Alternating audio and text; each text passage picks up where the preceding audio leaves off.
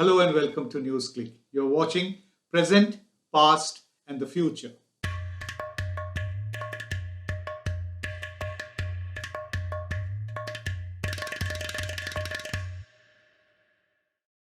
No conversation or thought process these days is ever complete without the mention of COVID 19 or coronavirus. The crisis has many similarities with war. In fact, most people call it the war against the virus. There, of course, are many similarities between war and this present challenge.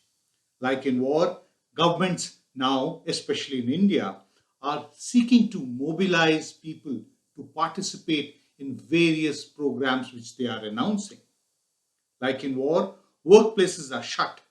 Much of the workforce will be relocated because when businesses open, many will not be able to come back to business, and as a result, the workforce will have to find jobs elsewhere. Schools, colleges, and every other educational institution is shut. When they reopen, we do not know in what form they will reopen, what will be the kind of educational activity in those.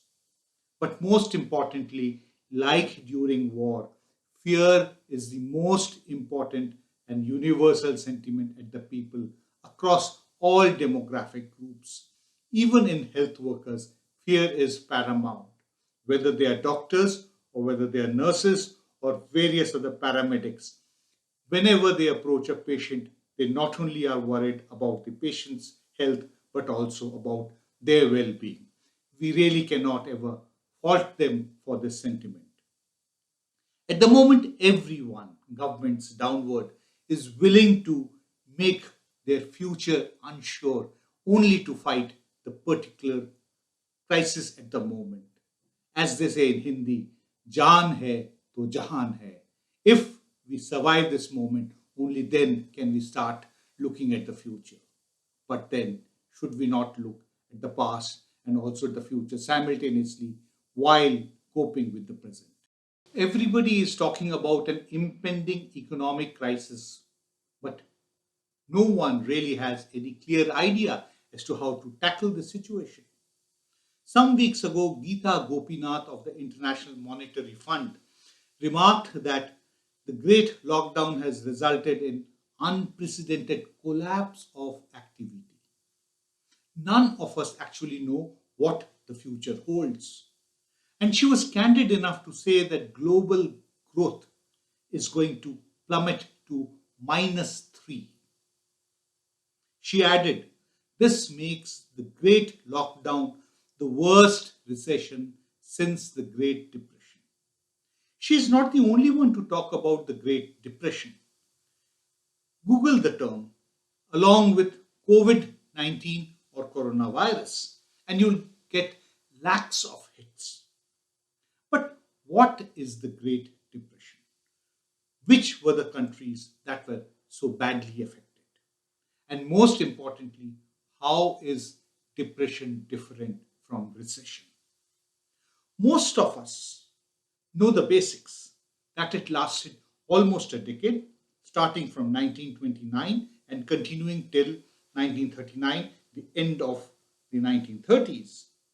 But what precipitated it and what was the real impact on the people and the countries and their economies? How did the world come out of it? And most importantly, how did the Great Depression affect the lives of the Indians and the anti colonial or the freedom struggle? These are some of the very important questions which need to be understood. The term Great Depression was first coined to describe the Wall Street or the stock exchange crash of October 1929 in the United States of America. In the decade that followed, hundreds of millions of people were rendered jobless. Initially, it was widely believed that only America was affected, but now it is fairly well known that almost every country, rich or poor, was also affected. The depression began in the United States of America after what is called the Roaring 1920s, the Roaring 20s. That is the time when the American economy soared. The stock market became a speculative playground in which everyone, right from the millionaire tycoons to just the ordinary person, the janitor, the watchman, everyone was investing money, either their own or on borrowed money they were investing. That was an era when the average American was buying household products, commodities, of course, on credit. Businesses made huge profits. There are estimates that they made as much as 65% profits. But the average worker's wages did not rise correspondingly. Many calculate that it was rising just about 8%. Consequently, the market expanded and the indices reached new levels. There were apprehensions that there is going to be a crash. And then the imbalances in the US economy became evident. Production declined, retrenchment began, and wages of those who managed to cling on to the jobs dropped dramatically. The price of stock had been artificially raised all through these years, the 1920s, the roaring 20s. And then came the crash. Eventually, panic selling set in on the 24th of October 1929. As many as 12.9 million shares were sold that day, which came to be known as the Black Friday. After this came Black Tuesday on October 29th. Another 16 million shares were traded on that day. Millions of shares had become worthless papers within minutes. Those who invested either, as we had said, of their own money or on borrowed money or what is called margin money became paupers. The American economy went into a tailspin. Other countries also were not spared. Although there were national variations, but across Europe, every nation was also affected. The worst affected countries were Poland, Germany, and Austria. Here, every fifth person became unemployed. Industrial output fell by as much as 40%. By 1932, value of European trade fell to one third of its value of that what was in 1929. The Great Depression also impacted political developments in Europe and in other countries. Economic stagnation provided space to right wing political parties to come to power in several countries. Authoritarian regimes were established in many of these European countries, the most important, of course, being the Nazi government in Germany. In the United States, too, Franklin D. Roosevelt came to power during the Depression years. He was a populist and had little regard for the media, and he insisted on having a direct relationship with the people, circumventing the mainstream media.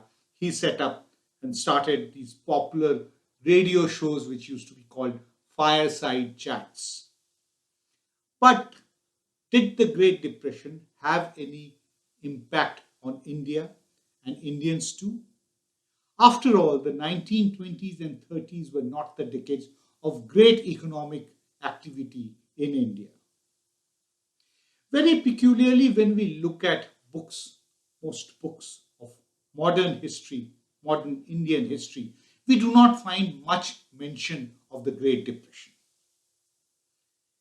The 1920s and 30s, especially the 1930s, were also great and very important years of political activity. So the historians, unless they were economic historians, had too much on their plate. There is no doubt that the Great Depression precipitated the end of the empire in India.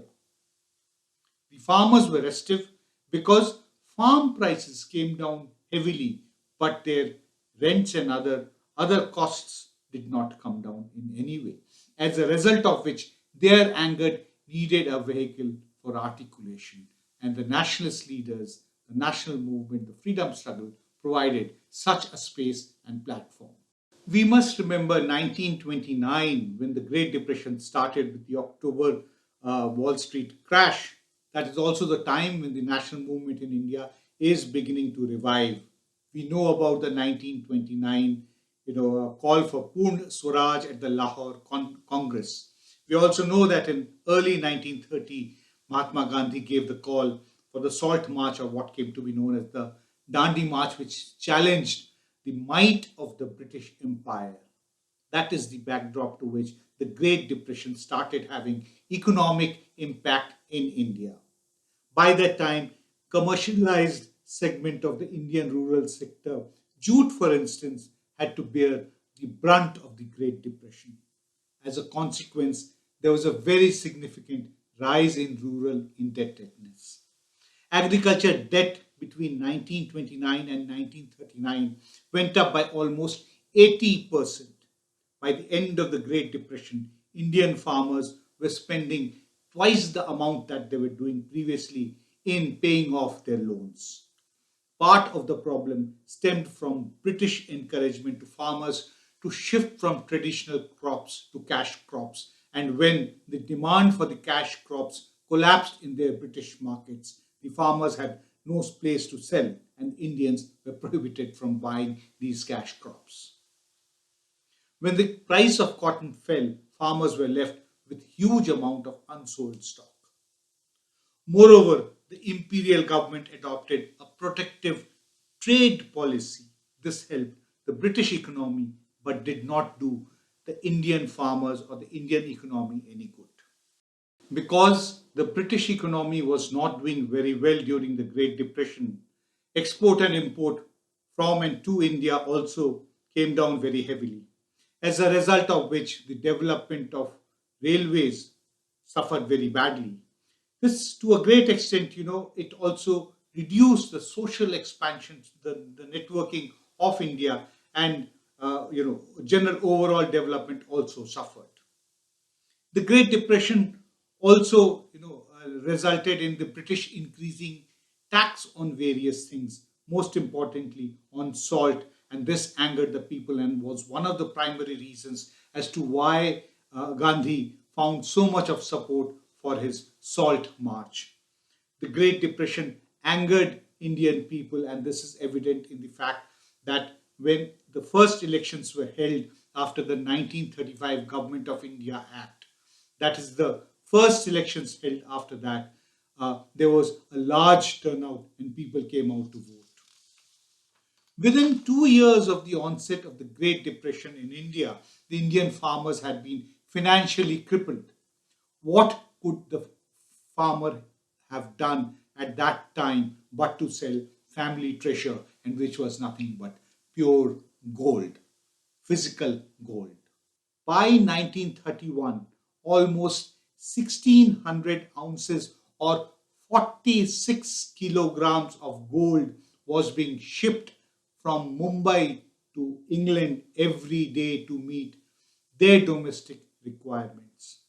This gold, which was siphoned off from India, was also loosely called distress gold. Taking credit for this, the viceroy of that time, Lord Willingdon, said, "For the first time in history, owing to economic situation, Indians are disgorging gold. We have sent to London in the past 2 or 3 months 20, 250, 100,000 or 2.5 crore sterling, and I hope this process will continue." In 1931, the British government abandoned the gold standard and linked rupee to the sterling.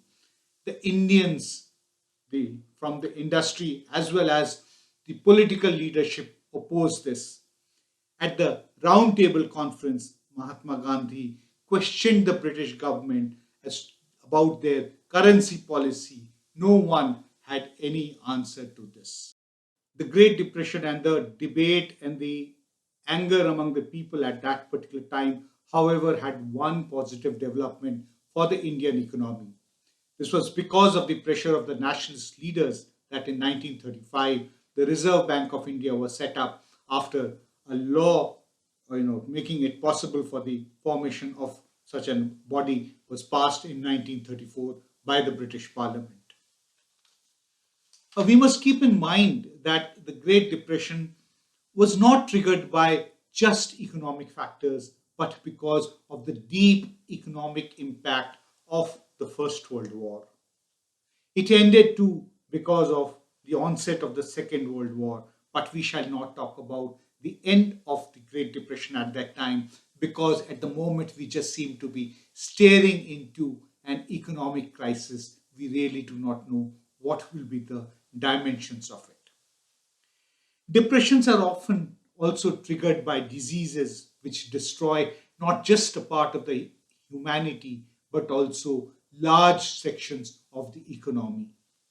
Recession, in contrast, for most economists who believe in the capitalist system of economy, they believe that a recession is a necessary evil. It is basically to cull out those who are not doing very well so that there can be reallocation of resources and manpower.